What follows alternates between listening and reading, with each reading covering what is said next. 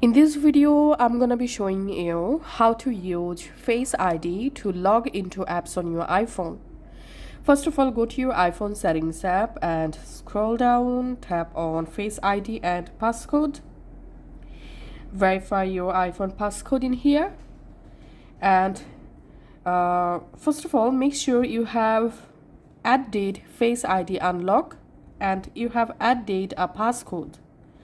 Now just here you come to this section, use Face ID for.